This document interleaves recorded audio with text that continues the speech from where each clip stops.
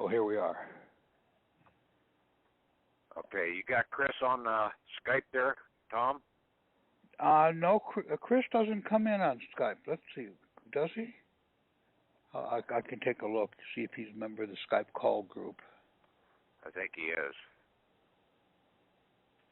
I don't know, but yeah. Well, anyway, that audio that he posted up this afternoon was a conversation that I had with him yes. going over this latest stuff. Okay. And I did post it. I did post it on the Skype group, but evidently only a couple people picked it up. Some people are out today. So should I relabel it and post it on the backup site? Well, whatever you want to do. Okay. Okay, I'll relabel it and put it on the backup site and repost it to the Skype group. Now, what was the problem that the guy was having about signing a document on the back side? He evidently had received a summons and for something. He wasn't clear as to what it was. And I told him that you had already mentioned traffic tickets and summonses, or we could countersign them. Mortgages, anything, okay? You do a yes. countersigning on the back of it, okay? And you order them to do the set-off of it. You are the banker, okay? You're in charge of the equity out here, okay? And you are the banker. You were banked into America when you were born. So you became an American banker, and you are an international banker at the same point in time. And the banker is the one who controls the purse. Okay. So you have the power, okay? We have a fictional banker that it was set up out here, a counterfeit banker, and we have to do the set-offs against him. He is the one that is the indemnifier to us as the indemnified. So until you come out of the system, you do a countersigning on the back of that as your clerk of your bank. Cashier of the bank. Cashier, clerk, whatever, of your bank. Okay? Okay. Read the definitions about cashier and clerk, okay? Clerk is really the higher of the two, and you're coming in as the chief cashier clerk. Okay. Clerk is the one that keeps track of the records. Okay? And so, yes, you can do a countersigning on the back of any instrument, and that's what the judges look for. And you have to, on the front side, say, refer to the back side for the countersigning and settlement of this instrument. Hey, Patrick, is our right-hand person, the clerk person, just our name and upper and lower case without the Mr.? No, I put Mr. in front of it, okay? Oh, okay. You want the living person right. showing that you are the master, okay? You're the master banker. Okay. Okay, and then you're going to have your master clerk or your chief clerk. Yeah. Okay.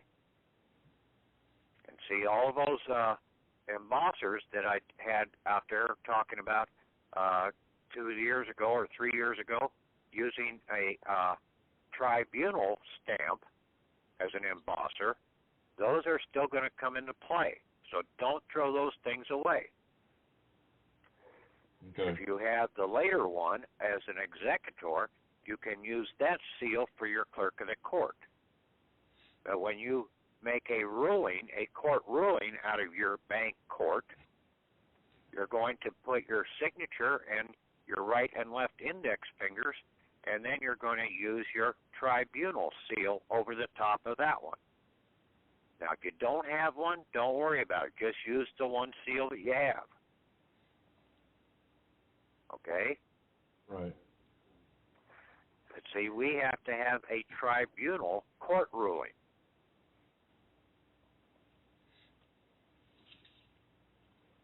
Could we just write the word tribunal real neatly over the seal, over the top of what we're well, you can basically say by chief judge of the tribunal. Okay. And then you put your right and left index fingers So you've got the signature, and then you've got your right and left index finger. So now you have 3 out of 3. Mm-hmm. Okay. Okay. Can you say that over again? That you said the right and the left, and then you have the signature. The that's autograph. The autograph from the man or from the spirit of man. Okay. Right. To make the motion. Okay. Right.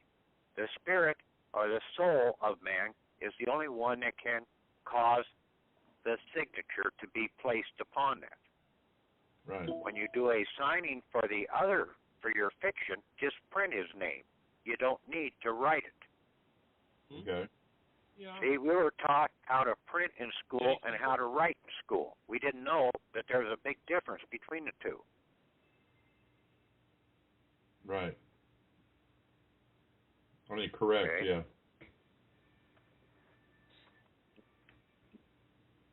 And basically, a fiction can't write. Okay. Just like oh, go ahead. I'm sorry.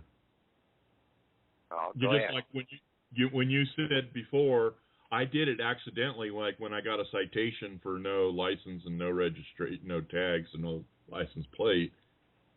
I wrote in the box. I printed something. Told me to write my name. I wrote my name and printed it. And then, like you said, you could sign the back. Yeah, you print your name on the front side. Okay, that's for the fiction. Okay, you're identifying him. The cop already has that on the thing. Okay, and then you do the countersigning on the back, and you can put your countermands and your counterclaims against that court on the back side. And see, they're a criminal court. They are the criminals because they're operating in a conspiracy to defraud, and they're also using counterfeit instruments. Right. So they're the criminal, not you. But they call themselves a criminal court. And so all codes out here, whether they're federal codes or state codes, are basically criminal codes of law.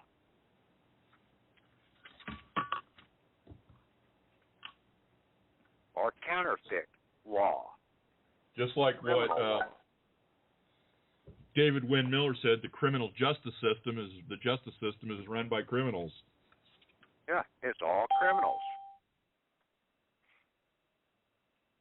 But he was talking about it from a different aspect, not knowing the true repercussion of this about the counterfeiting, and that we need to come in and we can allege the conspiracy to defraud.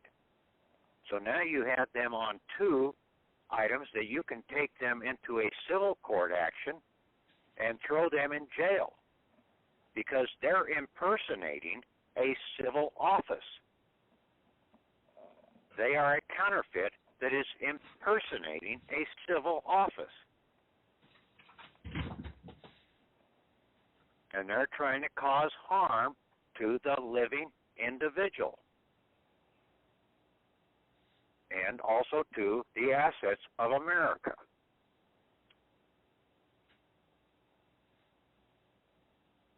By their counterfeit monetary system. Now, in America, there are 2 banking systems for us. And I tried to reiterate this. We are a private American equity bank court. And we have an American mail bank routing number, and that's our zip code dash our 4-digit box number. Now, whether you have general delivery, I don't care. You put down the general delivery number as your 4-digit number then. You have to go down to the post office and pick up your shit then. But we have a PMB number, and that makes us a private mail bank.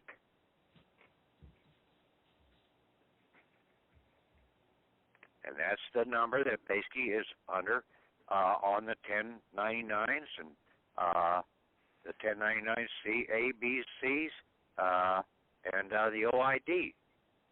That when we are the top dog on those documents, our number is our PMB number, our zip code plus our 4-digit box number. Now that is in the de jure banking system or the post office banking system of America.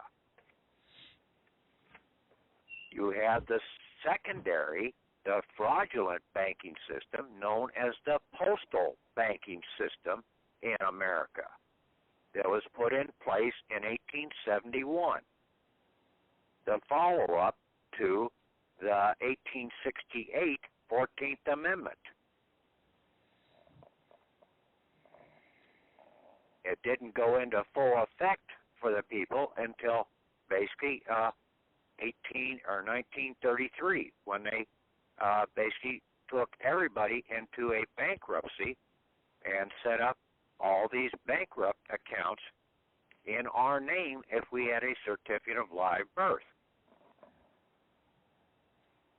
If we'd registered with the state and set up a counterfeit birthing. The original birthing was either on the hospital certificate or by your Bible entry. That is your de jure birthing record. Okay. You could have used that and gone and claimed your account when you turned 21.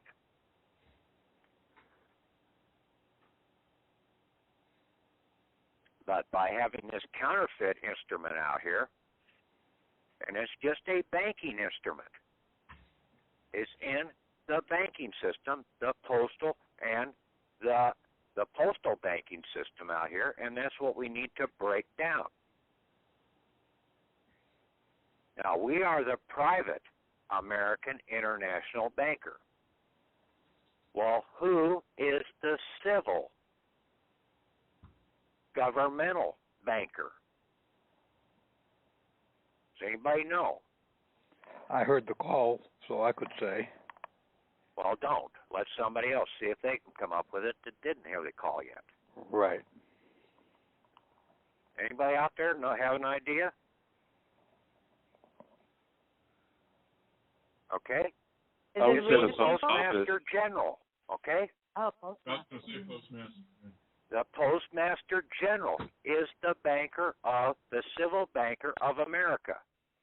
He was not a cabinet position under the president when the Constitution was set up. And all the way up until at least 1871, and I think it was really in 1930s there, that they created the office, the Postmaster General office, as a cabinet under the president. But see, that was for the postal postmaster, not for the postmaster. The postmaster is the banker. And then he cannot be under the president. He has the equity, he has control of the equity for the government. So he can't be under the control of any governmental official. Does that make any sense? Yes, it does. I see most people don't think of it in that regards, okay? Well, So you told us earlier that the post office existed before the country and the Constitution. Yes. And that was the banker, okay? Benjamin Franklin was the first chief U.S. civil constitutional banker.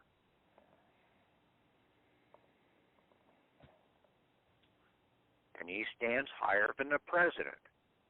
He who controls the purse controls everything else down below.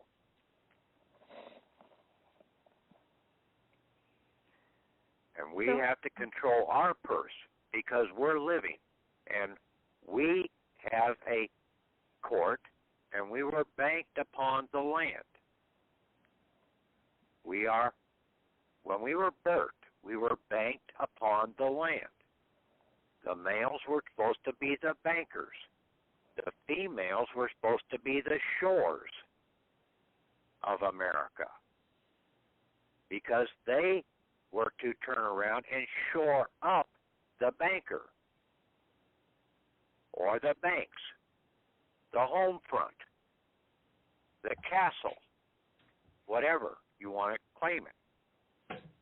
But the male, the banker, was to basically claim the dowry from the shores and bring it into his estate. But nobody did that. And that's why I said last week the song about the banks and shores of America. The banks are the males, the shores were supposed to be the females. But in their fraudulent system out here, in the postal system, they created everybody as a banker, as a counterfeit banker, males and females in the process.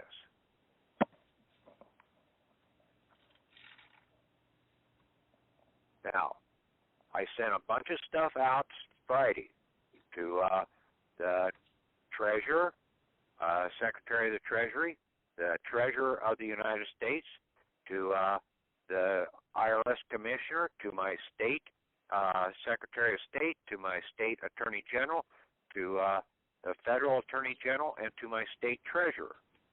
So I sent 7 packages out. I got 3 more ready to go out. I was going to try and have them out yesterday. One to the Vicar General in New York City for the Cesta K Trust that they are holding, as that Vicar General is the interface for the Church of Rome, okay, which was a creditor to the bankrupt United States Corporation. And basically when they got us, we signed on, then we became an add-on into the bankruptcy, giving the collateral out there for the bankruptcy of the United States Corporation.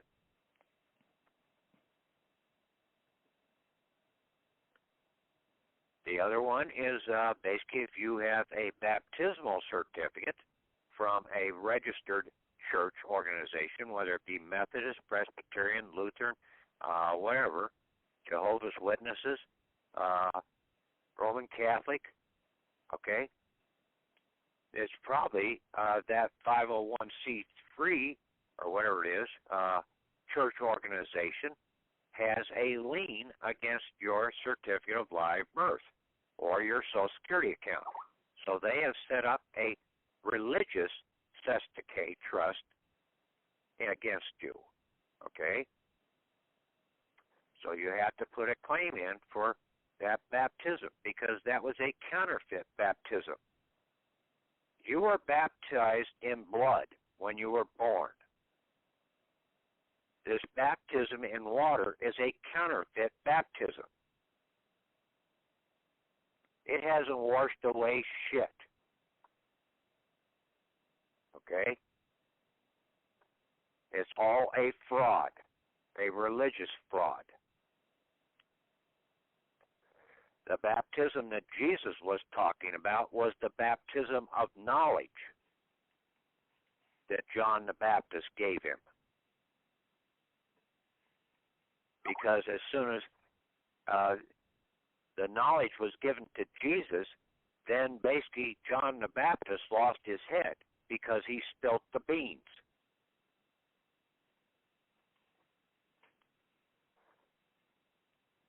Just like so many other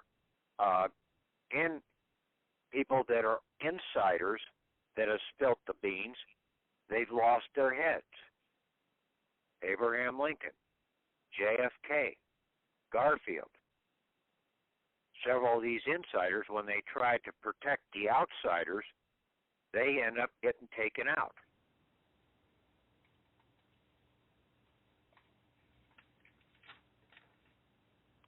I'm not an insider, and I'm not an outsider. I'm an independent.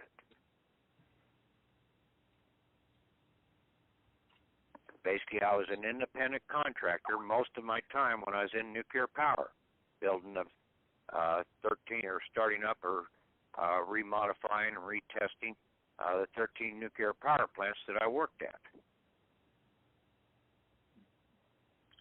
But you're saying that the Catholic Church, in order to gain a claim, they'll use any certificate from any church.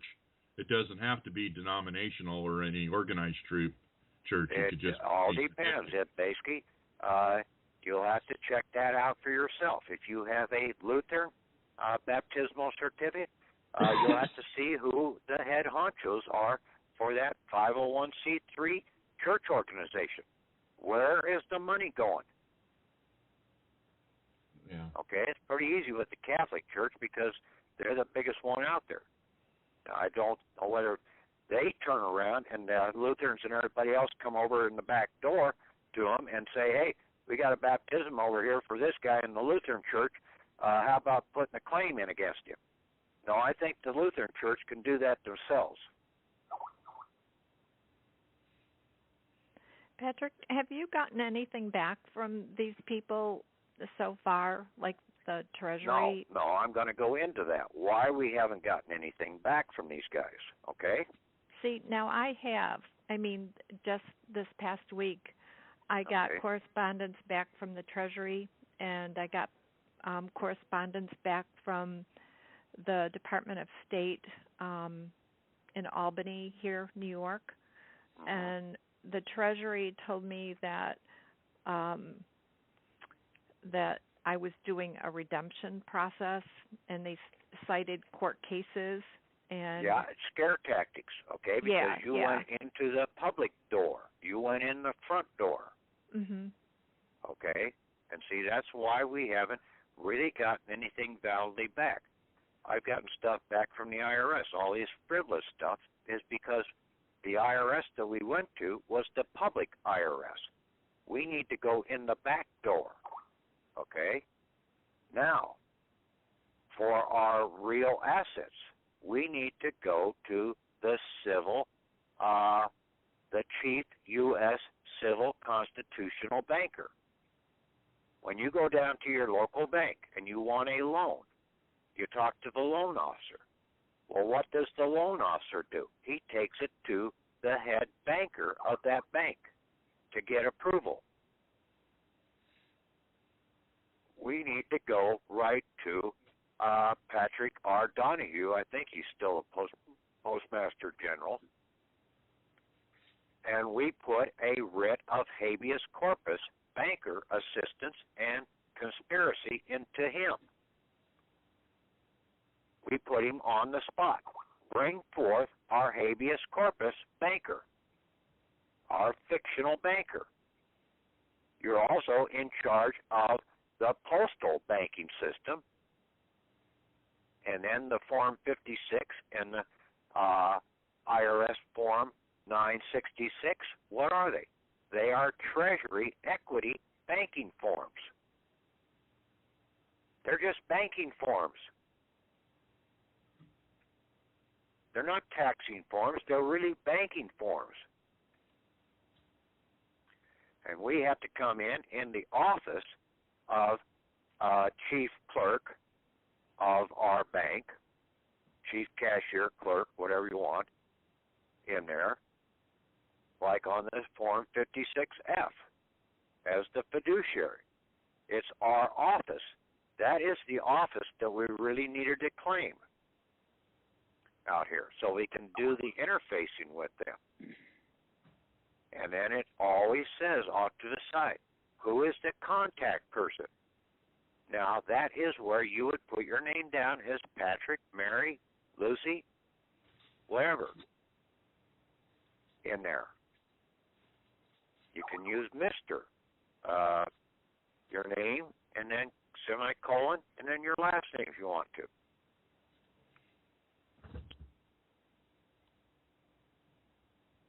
And basically you put down either of a Social Security account. They should have your estate EIN out here for that Form 56F.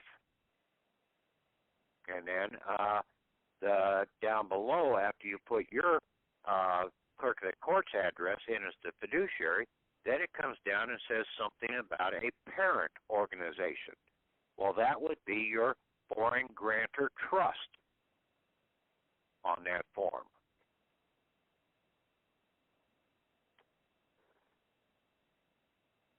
And then you would sign it down below as the clerk of the court. And you would sign Mr., in my case, Mr. Patrick, semicolon, Divine, or just Mr. Patrick Divine. My chief judge is Mr. Patrick, semicolon, Divine, and my clerk is just going to be Mr. Patrick Divine. Yeah, try and make a sort of a separation between the two different individuals.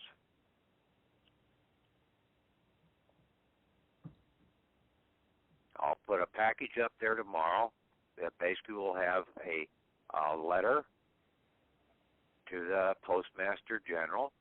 It will have a fax to the Postmaster General. It will have my second court case that I had up here to basically assign this writ of habeas corpus to the Postmaster General.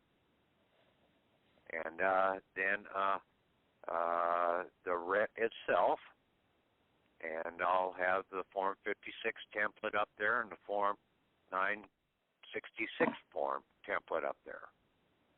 Great. So I'll put those all in a zip package addressed Postmaster General package.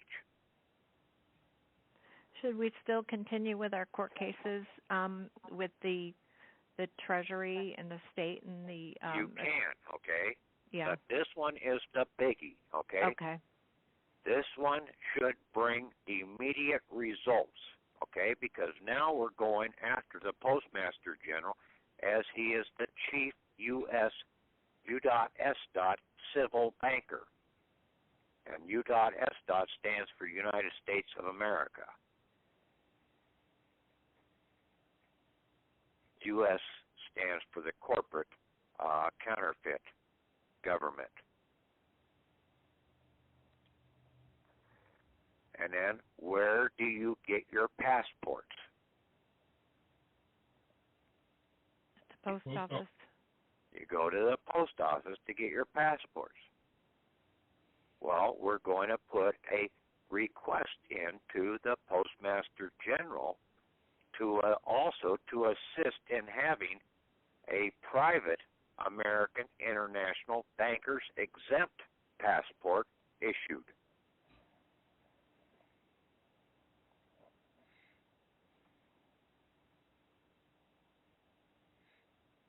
Yeah, we're not going to be able to stand in line like everybody else from now on, because we're not going through the public side. We're going to go through the private side. We want an exempt passport because we are a banker of American equity. We are not a public banker using counterfeit instruments and usury.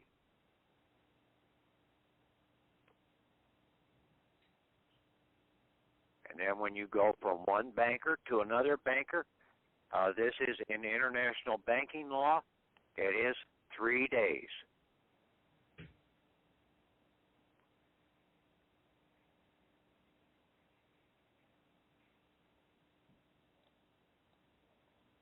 And when you send anything out, you never put your living name on the outside of that envelope. You put Chief Clerk of the Court, and then your PMB number, and then care of address,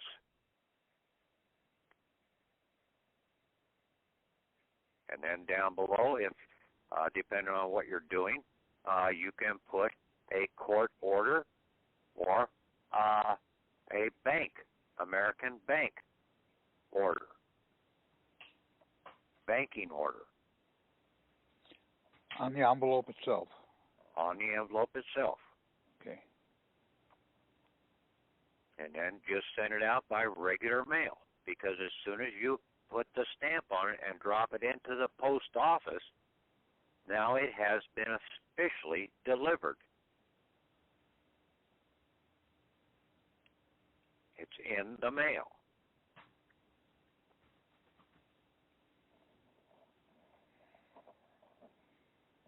Now, you'll probably have to wait when you do that the full 10 days, but basically you should know how long it takes to get there, okay? 2 to 3 days to get to most of these places by regular mail.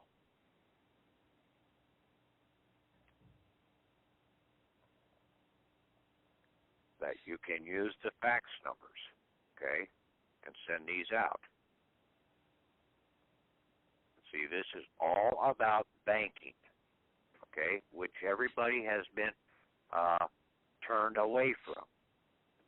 And a lot of people have turned themselves away from, basically, well, that's not me, and they abandon their inheritance because they don't think they're worthy of anything. Well, basically, if you think like that, you're not worthy of it, okay? But I wish you'd pick it up, because basically by picking it up, you would help take it away from the devil's side, take the assets out of his hands. And that's the only way we can control this runaway Queen of Hearts in Alice in Wonderland that keeps getting fatter and fatter all the time, by taking the food away from her. Starve the living shit out of her.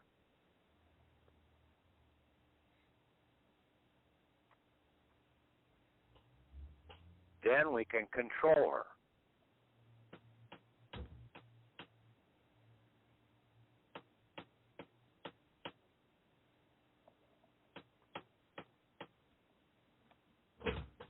So, yeah, and then we're doing a habeas corpus and for the banker, because he is basically being held in illegal impoundment. Okay? What the hell do I call that?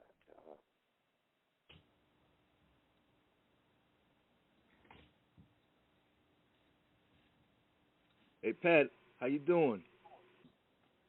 Okay. It's great. I had a quick question pertaining to the particular letters we had sent, or some of us had sent, to the Postmaster about the accounts, about the particular special fund, trust fund accounts, and bank routing number account letters or notes.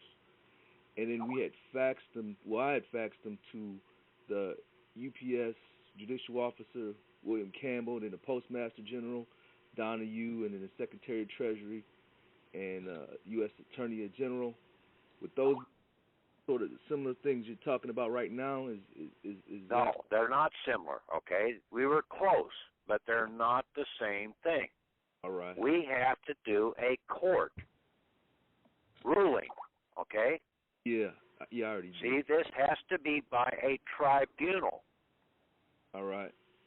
Okay? So that's why we have to have our court ruling, our court case, and then the ruling out of the court case, and then the guy that's signing it is the chief judge of that court, and then your right and left index fingers are the two assistant judges. Right on. Yeah, I got all of that. I certainly do. I have it in, like I explained to you a while back.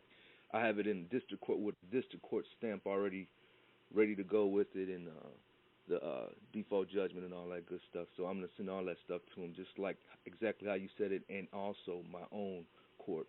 So that makes a lot of sense to me. And so you just put a writ into these lower courts, and or you take their instruments, their counterfeit instruments that they write you up on, and you do a countersigning on the back of it, and then you put your counterclaims and your countermands on the back also, listing that, and then you sign and date it. Now you slide it back across the counter to that judge. Okay, now it's in his hands. Now he is the one that has to respond.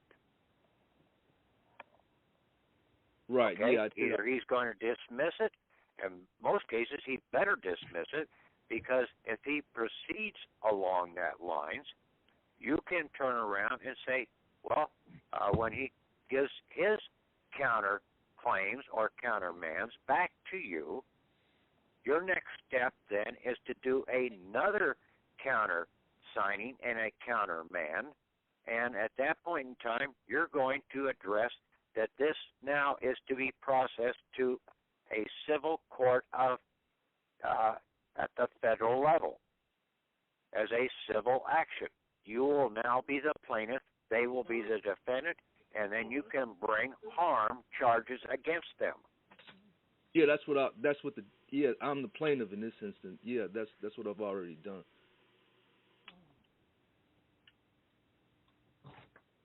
So right now it's just turning into the banker, and yeah, you need to get your court case, your private court done. Right. Exactly. Okay.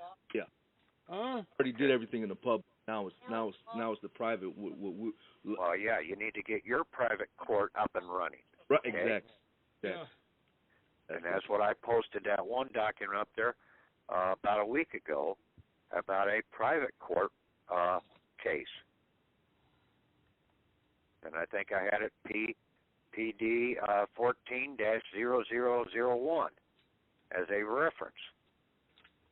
Okay, and then I basically highlighted the different things on there. Okay, and then all the different groups that were on there that we need to go to. But I forgot the one key component, which was the Postmaster General, because we really need to go to the banker of the civil government. Yes. Because the banker has to approve it.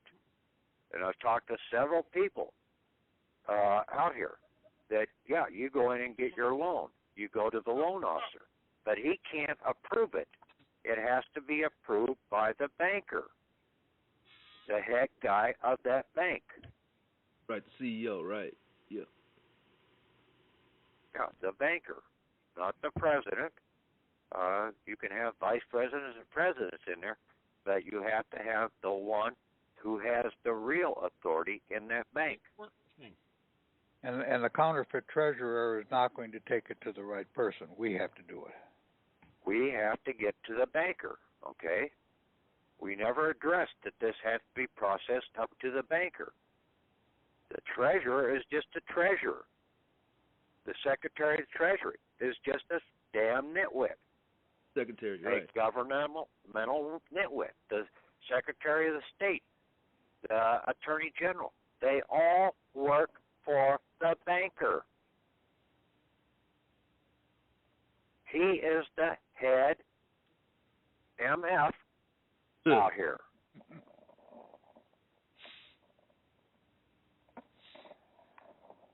Got it.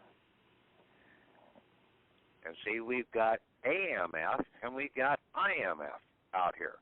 And yeah, those are both in the postal world. Right. And basically they have been doing a job on everybody out here.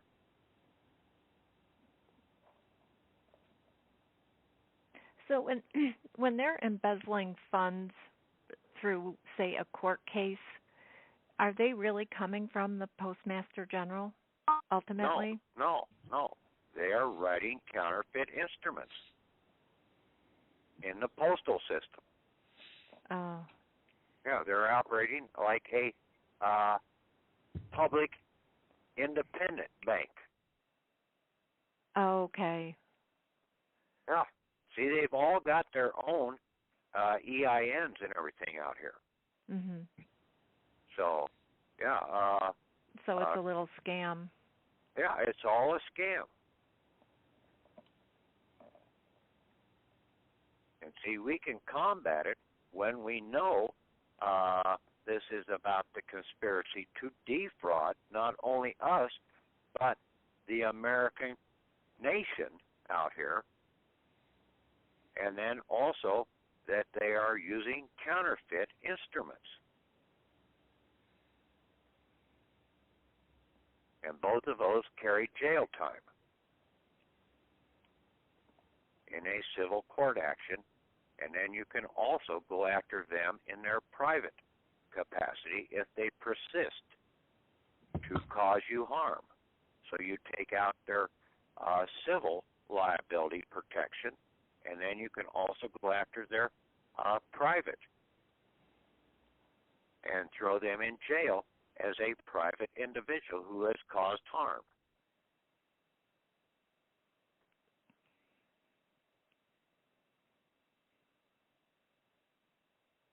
I don't because know. basically what they're doing is really they're committing an act of treason, and they're really out here giving aid and comfort to the enemies of America.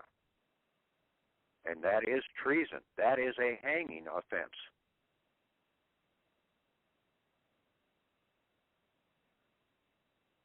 These guys don't know how big a match they're playing with.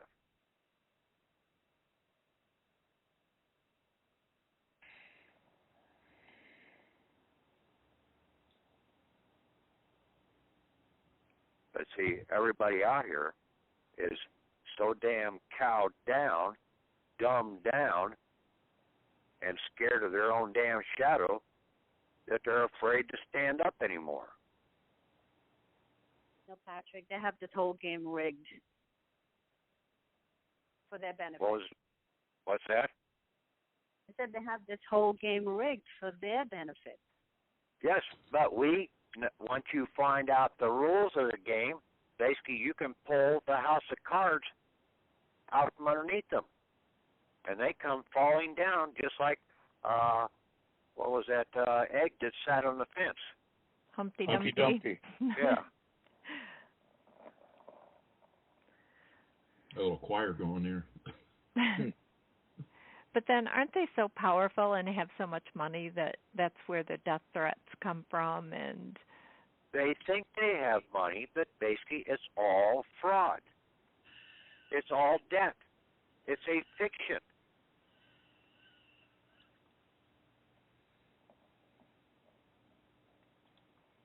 Microsoft, what's his name out there? Basically, he is more of a debtor than anybody else in the country.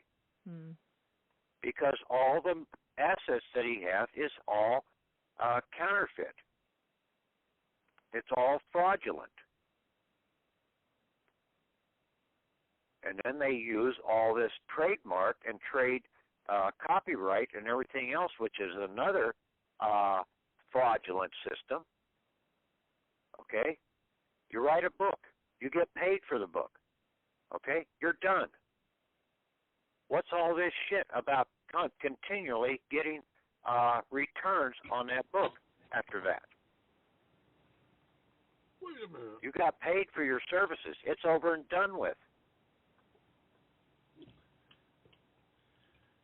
What do they call it? When I started up a nuclear power plant, when I got completed my job, I completed my job. It was over and done with.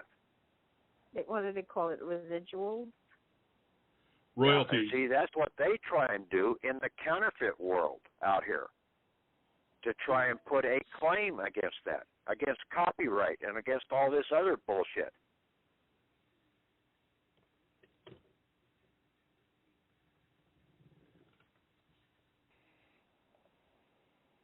See, these bookstores, what have they invested into that book? Nothing.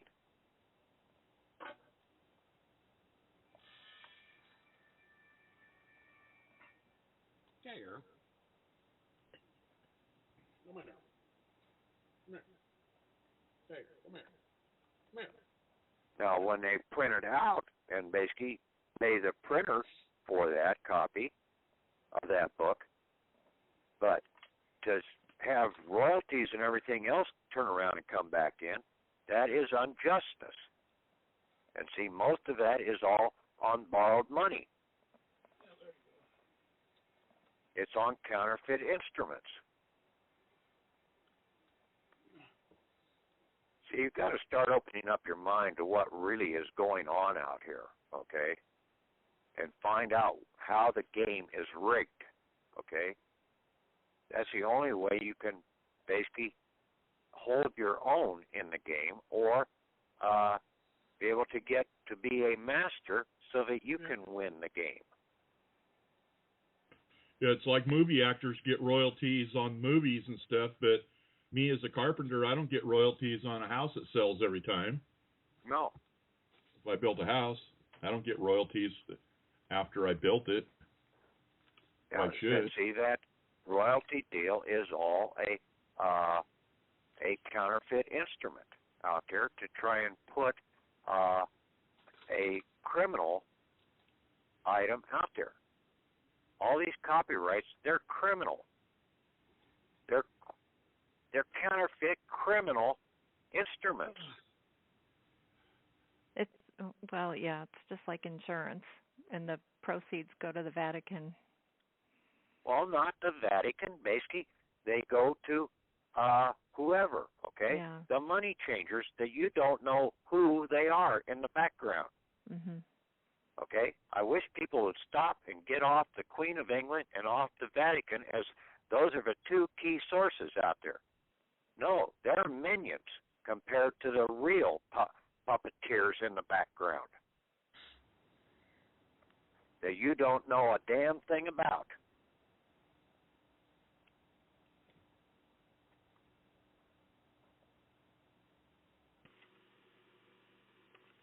Yeah, they have controllers.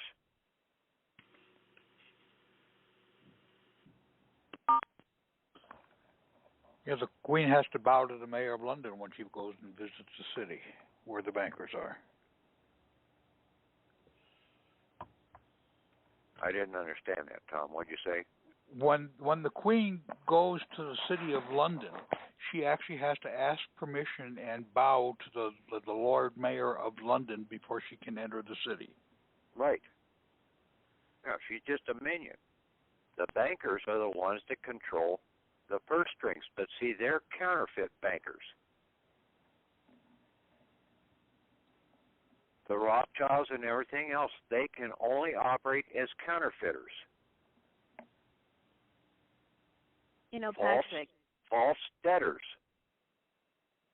I had jury duty, and when I went it was a criminal case. I didn't want to be involved. So I got out of it, but every time the judge had to do something, he bowed at us.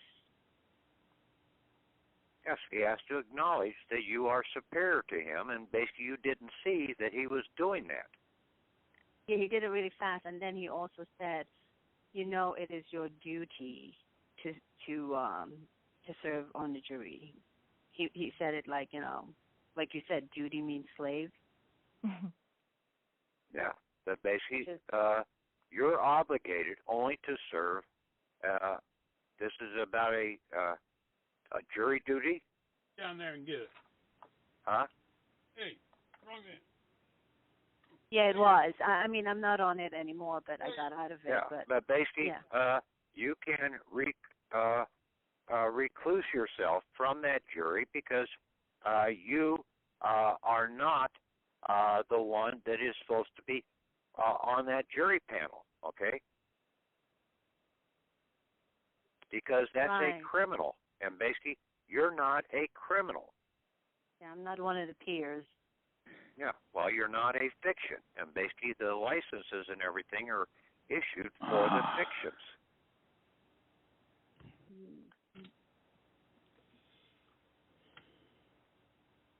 So it's all a corporate fiction, so the jury must be a fiction, too.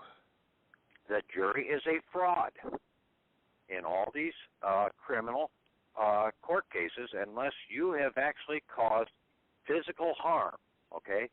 Then there's 4 sets of courts in America, okay? There's the Court of Equity. The Court of Equity is a private court that was given back to the people by the 11th Amendment. Then you have the civil courts out here, and then you have the criminal courts, the civil criminal courts, okay, where harm has been caused, or you have basically caused physical damage out here. Now, all the other courts out here that are impersonating the civil office, but they all use codes of law, and they are all criminal. They are the criminals.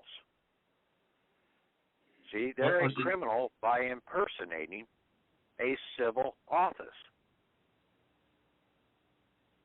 Okay. Is that the administrative? Well, whatever they want to call themselves, you're still going in there like on a traffic ticket. Yeah, how come it's called a criminal charge? How come all these extra charges on the damn traffic ticket? Yeah. You got a speeding ticket there, okay? So basically the fine for a speeding ticket is this much. Then you have the court fee, and then you have, there's 2 other fees that are normally on a ticket. Just a second, I think I got one sitting here.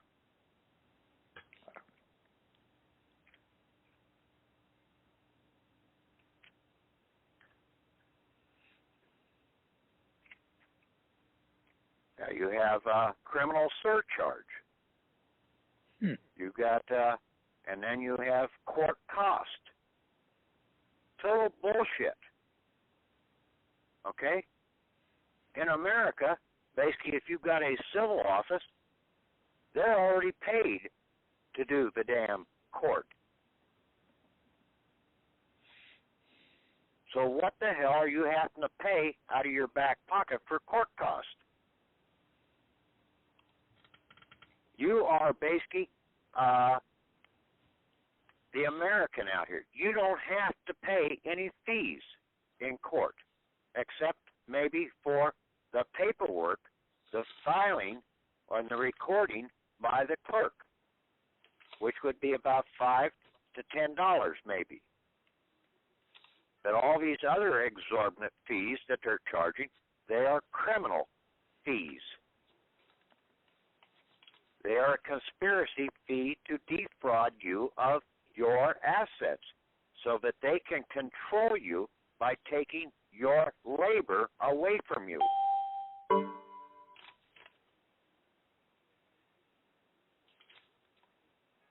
Do you understand that? Yes. Mm-hmm.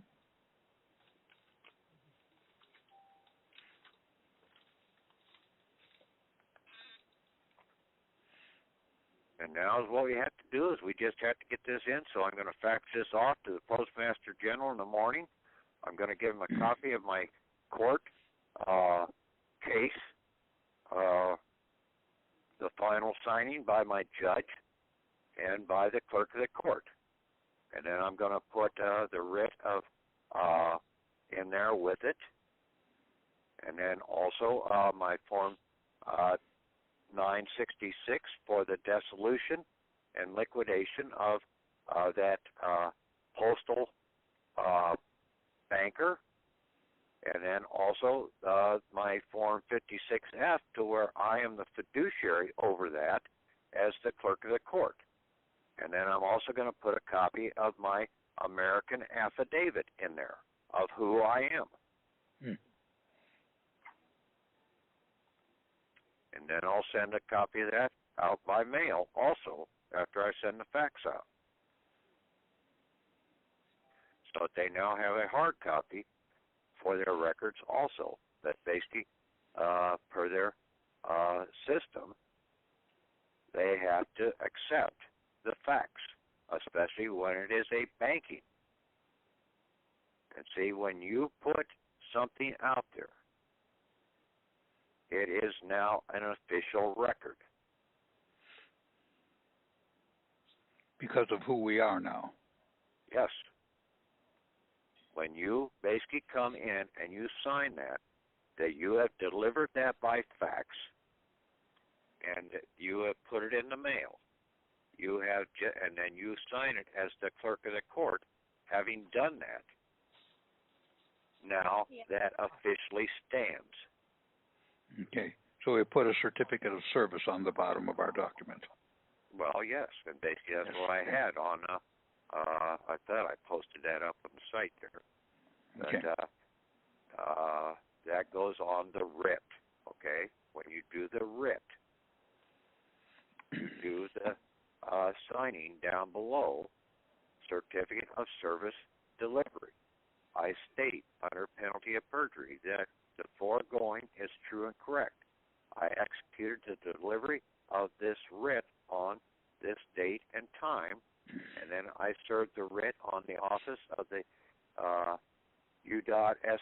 Postmaster General, as he is the civil whatever banker, and then by confirmed fax delivery and backed up by a U.S. mail delivery, the office is in default of duty after 3 days.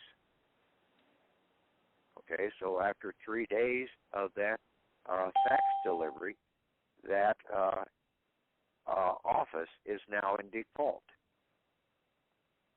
And then I sign it as Chief Equity Clerk of the Court.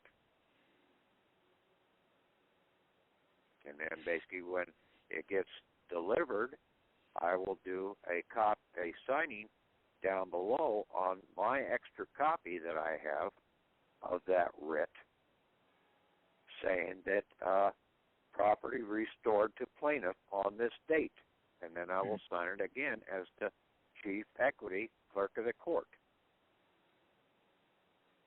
They gave us all the templates we needed out here to make our court system work, to make our banks work. We've got them all. We just have to modify them for our private records.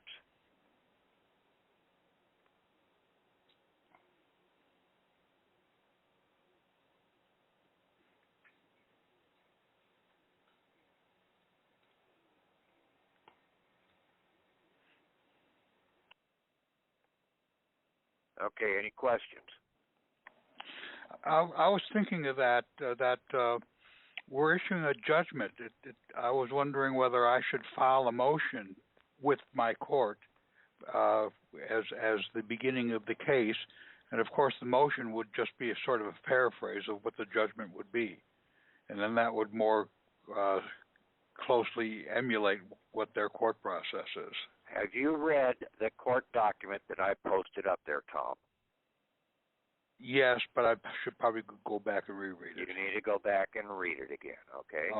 Okay. Probably doing what I just suggested. Yes, it's all right in there, okay? Okay. Tom, you're funny.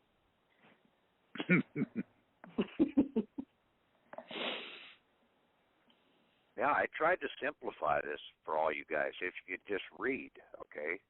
The problem is that a lot of people just can't take the time to read and sit down. And then once you read it, sleep on it. Think about it.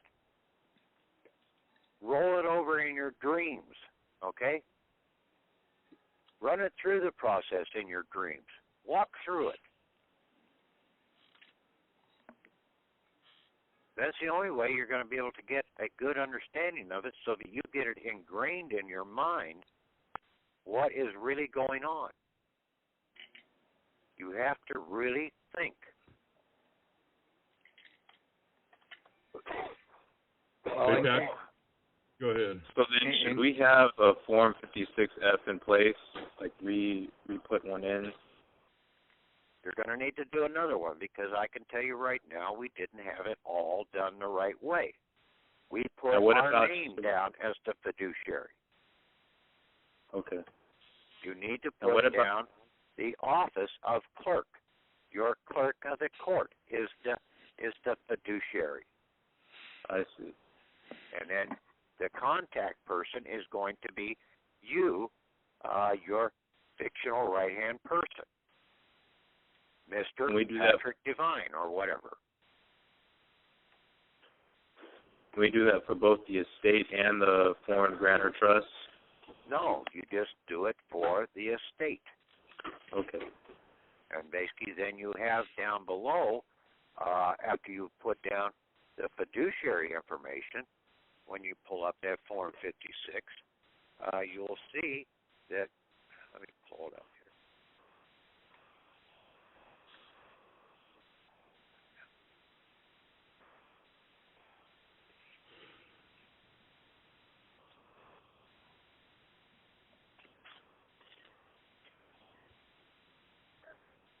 Okay, you have the name of the person to whom you are acting as shown on the tax return. Okay? Yes. Now that says name of person who is shown on the tax return. Now, it does not say anything about where the address is, but it says address of financial institution. Well, the office, the address is care of the Office of the Secretary of Treasury, 1500 Pennsylvania Avenue, Northwest. Okay. Washington, D.C., zip code 202200001. Okay. And that's the financial institution. That is the address of the financial institution. Okay, because that's where your counterfeit banker is located. Institutionalized, yes. He is out there in the penitentiary. He is under a false or an illegal confinement. He is illegally confined. Okay? In the postal system. Now you come down, and then in Block 9, it talks about fiduciary's name. Well, the fiduciary is going to be the chief equity clerk of Private American International Equity Bank Court. Okay. And then you put down your PMB number, and then care of your street address, and then your city and state. Then without you go down to... Use without or just city and state? You just put down city and state, okay? You just put CO in front of the address, okay? That makes the separation right there. Okay. You have your PMB number up there for your private bank, mail bank, okay? Then you come down and you are both conservator and the receiver over that. You're acting as the fiduciary in both capacities. And then check this box as a financial institution or was a member of a consolidated return and complete lines 16 to 21. So next you come down and basically you put in your foreign grantor trust because that is now going to be the parent of that fictional one up above. And this is on the 56F, not the 56, or it's on the 56F. Yes. Okay. Now, one more question with that. Remember we were doing the TDF 9022.1 report of foreign bank. Are we still engaging with that? We don't have to worry about that right now, okay?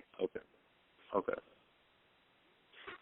You just have to have these two forms, the 56F and the 966 form, and you send those in to the IRS commissioner, and you can send them into the Secretary of the Treasury and to the treasurer, but you also need to get this into the hands of the banker, the chief banker of America, who is so the he should Postmaster receive General. copies of those as well. Huh? So he should receive copies of those as well. Yes. Okay. Who did you say that was? He's got to know the account numbers. Yes. Okay. Who would that be though? Who would the chief banker be? The Postmaster General. Oh, okay. Donahue. I think he's still the Postmaster General anyway. That's what it looks like. But we don't address it to the United States Postal Service. We address it to the post office. You address it to the Postmaster General. Okay. At whatever address he has there. Okay. Well, the one I googled said is that name, United States Postal Service, 475 L'Enfant Plaza, Southwest Washington, D.C. Yes. 20260-0010. Yeah. But his office is also the office of Chief U.S. Civil Constitutional Banker. That is the name that nobody knows him by. But that is his true title. He is the Banker of America. Because he's the postmaster in the government. So he's the civil constitutional banker.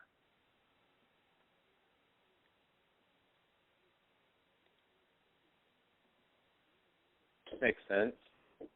Yeah.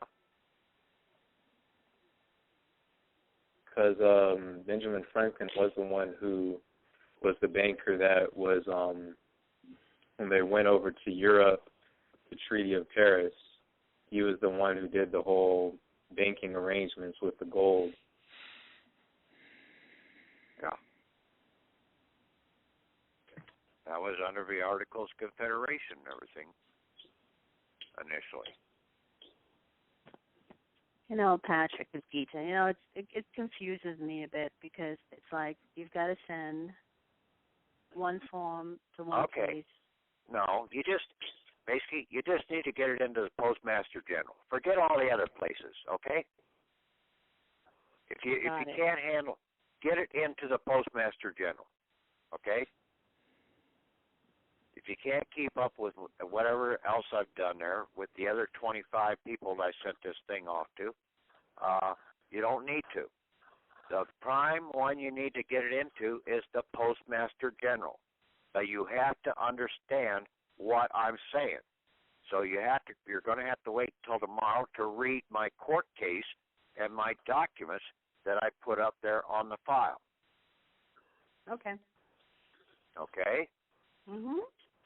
But for anything else, you ought to be able to start getting a grasp on this countersigning of instruments.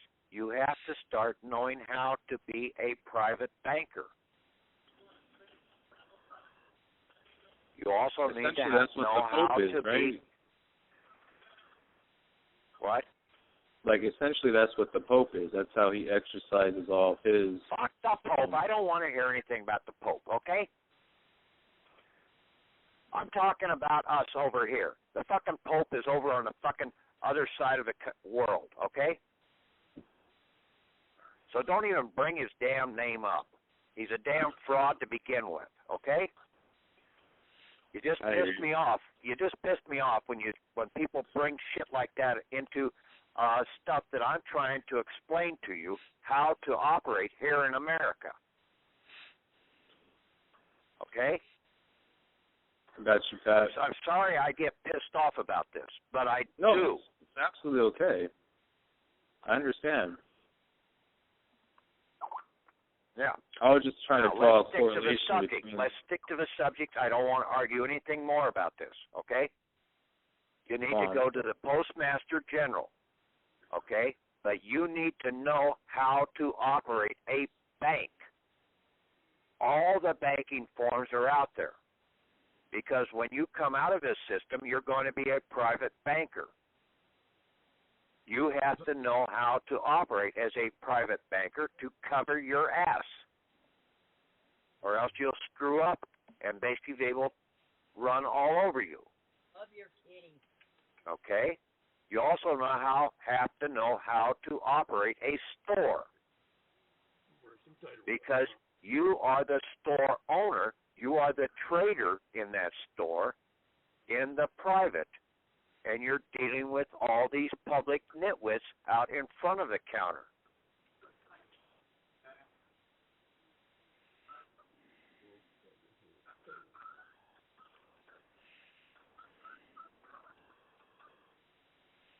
Now, am I getting through to you people? Yeah. Yes, makes sense. A lot of sense. But does it make sense to the other people, Tom? Yes, I understand. Okay. Yeah, I got it. I got a question, Patrick. When we do the countersign and we come in as our own clerk of court, our own judge and clerk of court and all that, I was talking to Chris and I listened to Rod Class just because I like to keep up on what he's saying. But he's telling everybody, whether you're a third-party intervener or anything you do with the court, you have to do a entry of appearance, entry of appearance. But it doesn't seem like that's necessary if you're doing your own court. I just want to confirm that. Yeah, you don't need to do that. Okay. Yeah. See, that's in the civil side. Okay, in the counterfeit side of the codes and everything that these guys are reading. They're reading stuff that they should not be reading. Okay, and then they're trying to operate with those items out here and getting totally confused, and they're going to cut their own throats. You do the countersigning on this, and you send it back to the clerk of the court. Right. So it's now coming from one clerk of the court to another clerk of the court. Right. Office you to don't office. appear in that court. You give the countersigning back to them. Right.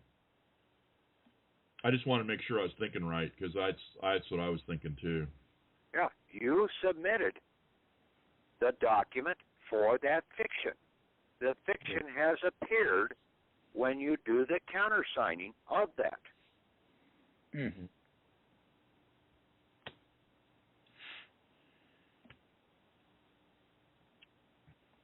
Okay, good. Yeah, the living man, he's supposed to be in that damn court. Right. I never want to go there. Yeah, so you do your countersigning and get it back into their hands. Like all this fraudulent shit that comes from the IRS.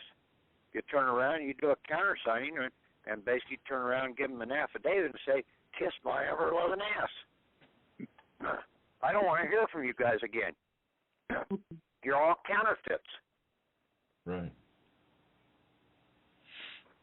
You send me anything else, and I will press charges of slander and harm against you.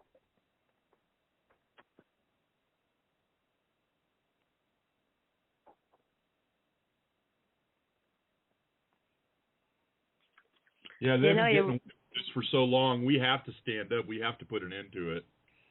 Yeah, I mean, that's just what is it, almost a dozen countries now, after Iceland did it. Now about a dozen other countries are starting to come after the bankers and the governments out here that have been messing over the people with their fraudulent counterfeit money systems.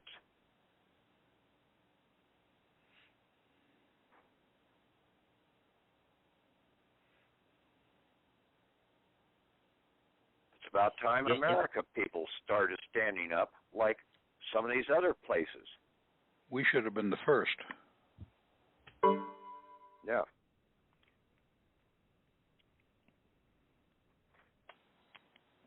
We've been fleeced so bad there's no more wool to cut.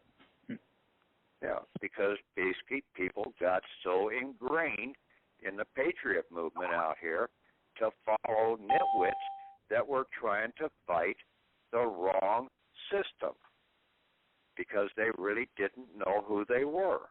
And everybody followed right along with them. You needed to step back and say, hey, I don't think this guy really has his shit together. Well, California broke off from Keith Livingway's the United States of America General Post Office and all that shit. We got kicked out because we didn't go along with him. And McBride and those guys. I know who McBride was. He kind of went back to. He became a general postmaster for the Catholic Church or something. And that was all fraud. Yeah, that was all fraud. I think he's in trouble. Yeah, isn't he in the slammer right now? I don't know. But see, everything we've been doing, okay, all this stuff that I've done has been from a private equity standpoint, okay? And we had every right to do the bills of exchange and everything that we did.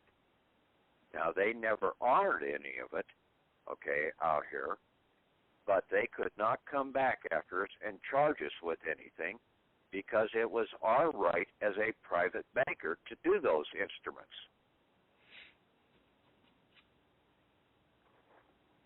We just didn't identify ourselves as that, though, then. We didn't have the proper understanding and basically go after this, and we didn't have any assets in our private bank because all of our assets are being held over under the counterfeit banker. Yeah.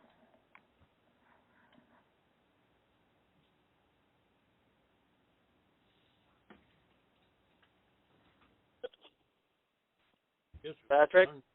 Yeah. Marshall. Yeah, Marshall. Are you talking about still using the American counter affidavit then? Yeah. All right.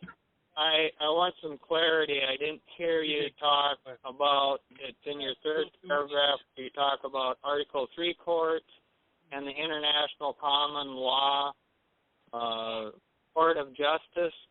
Can you clarify those for me, please?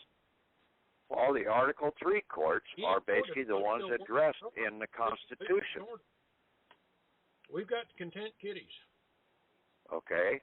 The federal district courts and everything, they're addressed in the Constitution as civil courts. Okay? They can hear civil cases. Hager came in here, got him some loving, and Can you talk about your cats off stage, please, or mute your microphone? Sorry, Patrick. Okay, the federal courts, okay, the bankruptcy court is a counterfeit court, okay, because that bankruptcy court can only deal with the commercial counterfeit bankrupts, okay, the commercial ones, okay. They can't deal with the living as a bankrupt. And basically I stood them down and I tried to go in to bankruptcy and use equity in bankruptcy. They cannot adjudicate it. And that's what came out of, and one of the bankruptcy judges down in South Carolina told two guys, you can do this yourself. Well, the only way that you can do equity yourself is if you are the court of equity. Now, the Article 3 courts can only hear criminal where harm has actually been caused, physical harm and damage, and also civil actions out here to where you have a living claimant against another living entity. Everything in the fictional world is in the criminal court system at the federal or at the state levels. The Supreme Court cannot hear equity cases. The Court of Claims cannot hear equity cases. Okay? Only our court can hear equity cases. I'm glad you figured that out, because that's a major boulder right there. Yeah, sure is. See, I kept getting all these responses back from these courts. We do not have jurisdiction. We do not have jurisdiction. Yes, they do not have jurisdiction over equity. But I didn't see it as that. At the time when I was getting all those responses back. Now I do. And basically you'll see that there is no, if you go to the U.S. Marshal's website, they only talk about civil and criminal on the website. They never address equity, but it's got to be there. They have to, when they're called upon, they have to enforce our court of equity charges, our writs of equity. But they never bring that up because it's all in the private.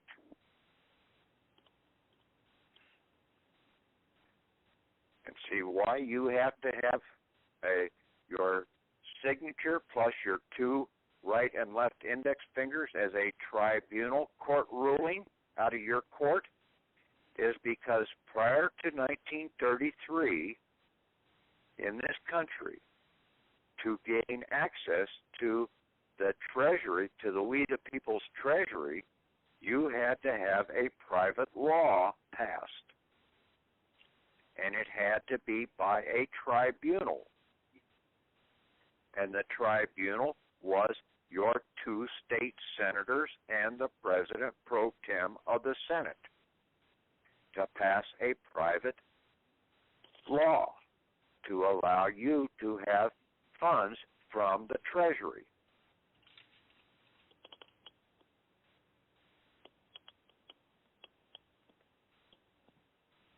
And you can find that in the statutes at large if you look there.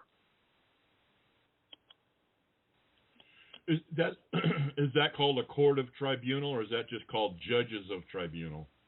Well, that's basically they have to be a tribunal ruling to pass a private law.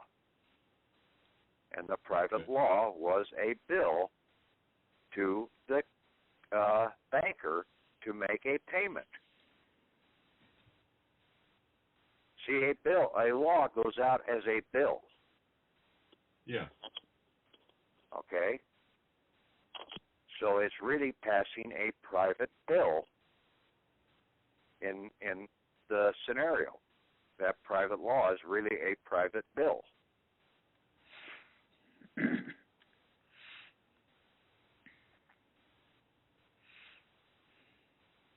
So in order to pass a spending or a withdrawal or whatever you want to call it. Yeah, and see, when you're doing your court action, you're doing private bills. Yeah. These writs are really bills that you are billing them now into doing their duty.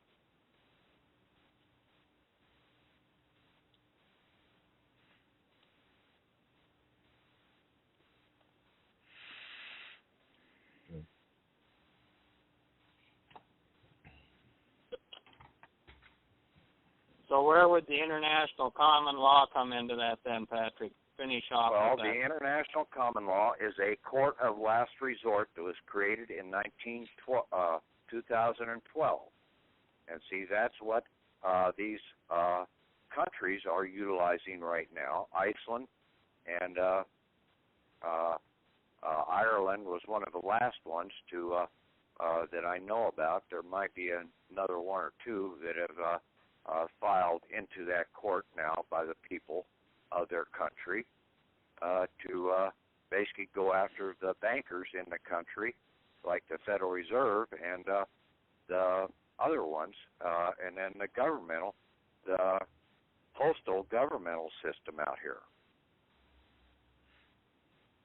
And they took them in. They're taking them into this common law, international common law court. Okay, thank you. That makes sense. Now, one last question on the affidavit. on the bottom, you do have a line drawn across there, and you got countersigning on the bottom. Is that supposed to be on the back, or does it stay on the front where you have it? I'm not sure which one you're looking at. Okay. Doesn't it say seat? Doesn't it say seat? I know I posted one up there, and I don't know whether it's the same one that whether I posted my latest copy up there or not. Okay. I have not seen any changes on the site, so on the Yahoo group, that's what I'm going by. Yeah. But I'm asking, is that countersigning supposed to be on the back of the document? No, it'll be down below. The clerk of the court is doing the authenticity of that document. Okay, by the clerk of the court. Okay, so you've got all three signatures should be right on that front of that document. Yes, it is. Okay. Yeah, that's the way it should be then. That's the order, and that's the way the orders come from the counterfeit court too. Yeah. All right, and it says by 2 known. So is that going to stay 2 there, or is that going to change to 3? Well, basically, you can put. You only need by 2. You are known. Okay. Okay. But if you put 3 down, okay, you don't have to change that by 2 known. You only needed 2. Okay. Right. But if all 3 put their signature on there, then basically you still got 2, don't you? Yep. Yeah. Okay. Because the rule in the Bible was by 2 you are to be known by. Right. But if you put 3 down, hey, that's a plus. That's an extra. One other thing I've been talking around, since it gets a little bit confusing, changing the names and stuff, I was thinking about using the clerk of a court as my first initial, my middle name, and then my last name. Would that be too confusing? So that I'd go. I would use the banker's name as Mr. Patrick. In my case, Mr. Patrick semicolon Divine. Okay. That's going to be the banker. He's also going to be the chief judge. Okay, he's the chief banker and he's the chief judge. Okay, that makes sense.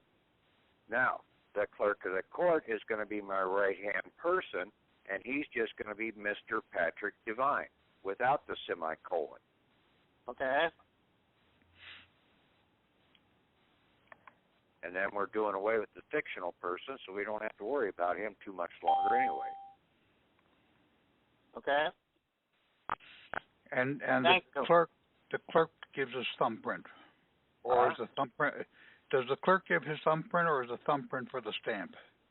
You put the thumbprint, the right thumbprint, with the clerk of the court. If you're signing left-handed, you could use your left thumbprint. Okay.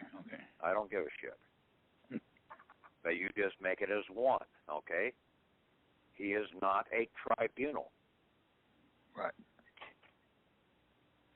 But if you do have just a tribunal stamp, don't worry about it. Use that stamp for sealing both of them, okay? I told people before, okay? To do an embossing stamp, it's your embosser, okay? You can have a dead chicken on that damn stamp for all I give a shit. It's yours. It's in the private. Now, if you claim that, that is your free will to claim that. And your free will is free. It's no longer a controlled will like all these nitwits that are running around out here under a controlled will. They don't have free will. They only think they have free will. And that's what that movie, The Adjustment Bureau, tried to point out very explicitly. that 99% of the people in the country are running around being controlled by the Bureau. They really are not with free will.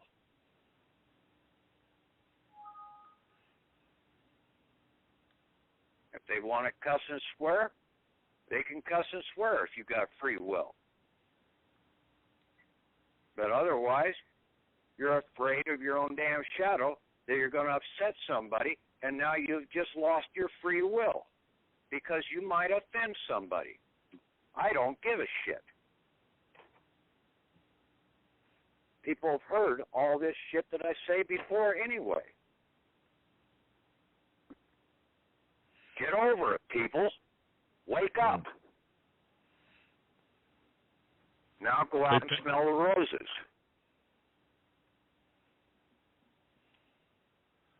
Patrick, I was talking to Chris yesterday, and he said, "Did you do your living will, or did you do a will for yourself yet?" And I said, "No."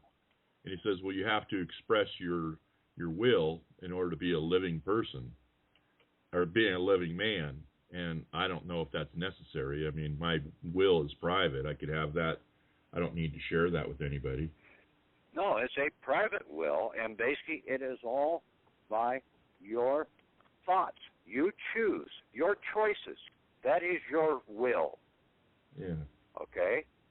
And you don't need to put that all down, and you keep that in the private. Your emotions are your will coming in as your free will of choice to basically terminate this fictional entity out here. See, the fiction has no will. And that's why we're doing in equity. In an equity court, you have your equity bankruptcy and you have probate. And you're doing a probating of the wills in that equity court. The only problem is you're the only one that has a free will. So now your free will stands against no will at all. So guess what? You win hands down. You're the only one with a valid will. The defendant has no will, so he has no claim. Pretty simple. We've got really the simplest court out here. Yeah, you said that in your document, your termination affidavit of termination. Yeah. Yeah, and that first court document that I posted up there, I tried to explain that pretty explicitly. Yeah, Patrick, with this with the judicial right of ejectment and possession for the dissolution and termination of the insured instruments, you had a statement on here where you were requesting that the Iowa Secretary of State is to issue international documents and state passport for the private American International. My question is, doing this, because I no longer am living in my birthing state. I'm in another state. Well, you need to go to that Secretary of State also. So send it to both? Well, you're going to have to go to, if you want to, okay, or just wait and see what comes out of this Postmaster General filing, okay? So have that be the initial one, and then make my moves after that. Yeah. Yeah, well, we see if we get our passport, then maybe make the other one unnecessary. I see. Yeah, if we get the international passport out of the Postmaster General, okay, international exempt banker passport, then that should be good in all states out here. Should be good by going through the airport, too, because you'll go through a completely different line. you're going to go through the back door. So pretty much this judicial right of ejectment and possession should be addressed to that Postmaster General. Well, I'm making it a writ of habeas corpus, banker, assistance, and conspiracy. Okay.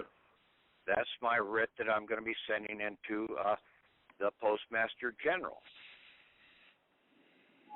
Because basically, we need to have our corpus, our fictional postal banker, his corpus and accounts brought forward. So we're asking for the assistance of that civil banker to bring that forward.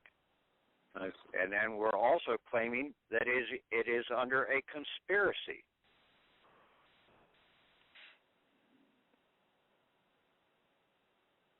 So it's a writ of conspiracy also. You can look up and go through all the writs in Valentine's and Black's and read and try and get an understanding of all these different writs that are out there.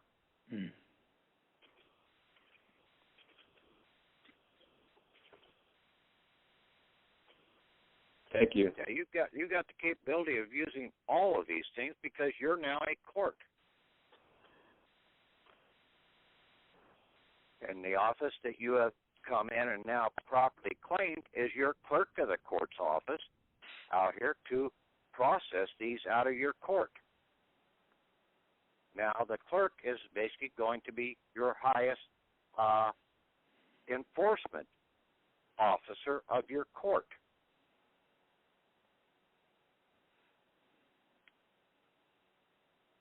Does not the clerk of the court order the U.S. Marshals and all the other entities out there to do certain things?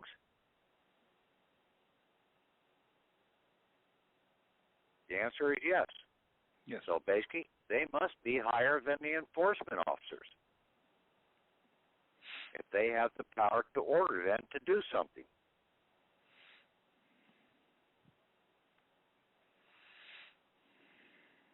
The judge just lays out the orders, but the one who instigates the orders is the clerk.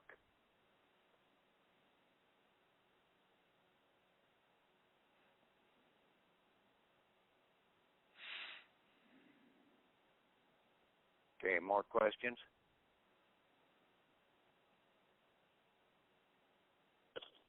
You're going to be posting these on the Yahoo site then, Patrick?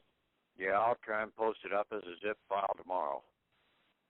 Okay, I'll be looking there. Yeah. And the conversation it'll be posted up as a Postmaster General package, zip package. Okay, I'll look for it then. And okay.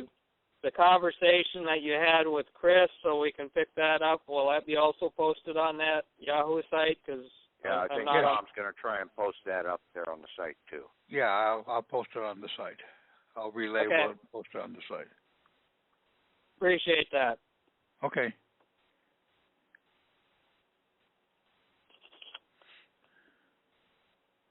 Any other questions?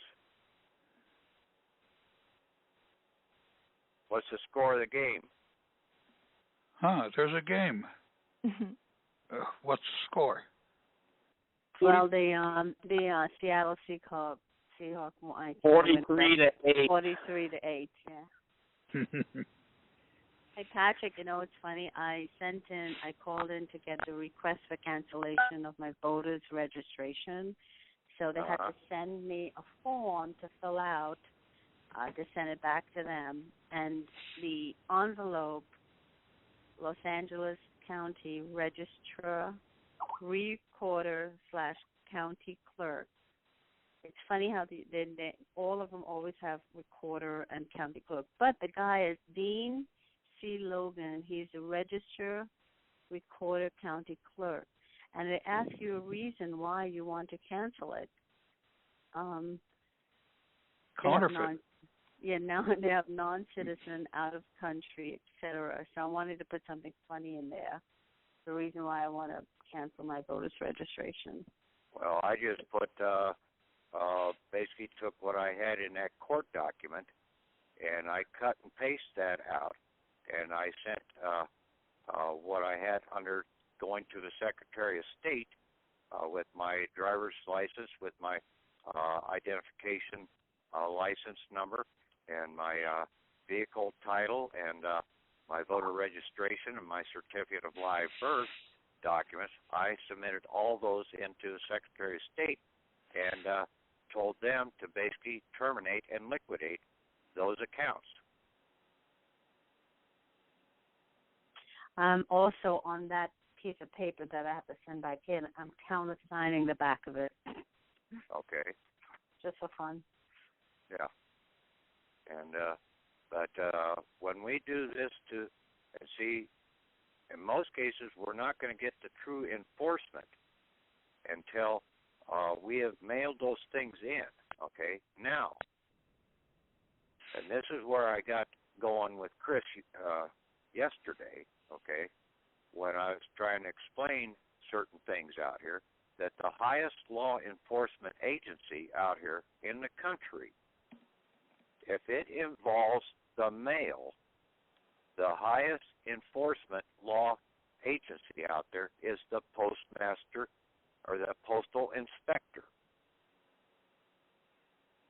Okay? He trumps the U.S. Marshals, the Secret Service, the CID, all of them, because you do not mess with the mail. And see, back in Abraham Lincoln's time, okay, there was another item that basically nobody saw in the statutes at large, and that was the setting up of the safety deposit boxes out here. Well, those safety deposit boxes that they were really talking about was in the post office system. So that now you can go down and you can purchase a safety deposit box at the post office back in Lincoln's time. And then you had your general delivery box that most of the people were getting their mail at in the post office.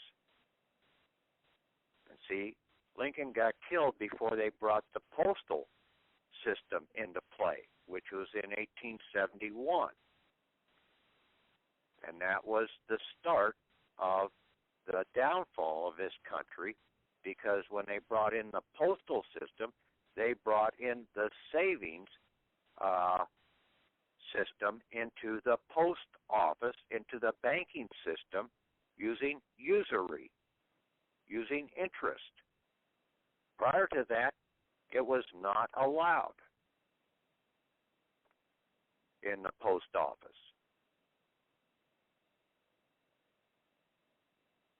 And see, it's all through the post office, but those safety deposit boxes that were located in the post office building itself were then moved out into the rural areas as mailboxes. They are still the safety deposit bank boxes of the post office. That's why the postal inspector has jurisdiction over it, because now anytime anybody does anything into the mail system, they are going after the post office. They are basically tampering with the mail, with the money of the country.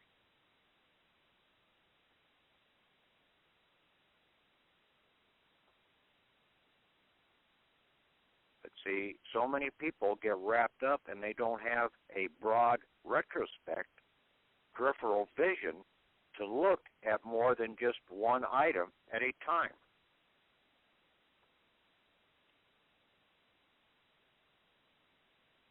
Yeah, it seems like I'm all over the field. Well, basically there's about 20 different things I got to be looking at to try and pull this all together.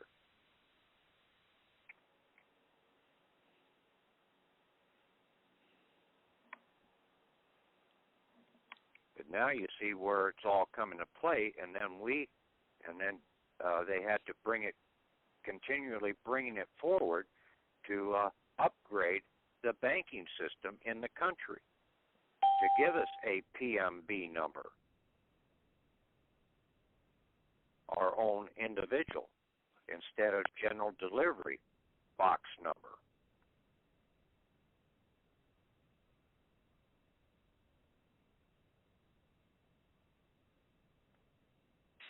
So, any other questions out there?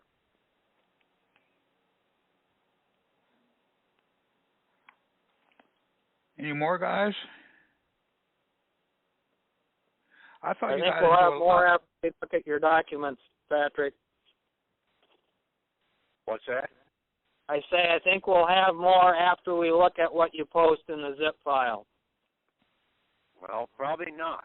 Okay, you ought to be able to sit down and look them over, and basically I tried to simplify them down to the bare minimum to where you should be able to understand them. And like I said, in some cases, you probably need to sleep on it. Think about it yourself, okay? Think about it logically, okay? Does this make sense? If it don't, then throw it away. No, I meant that once we look at it, that there might be some clarification needed to be done, but thanks. Okay. Yeah, you should be able to clarify it yourself, okay? I've been trying to get you to start thinking outside the box, so now you should be able to start thinking outside the box on your own. You should be able to start answering your own questions.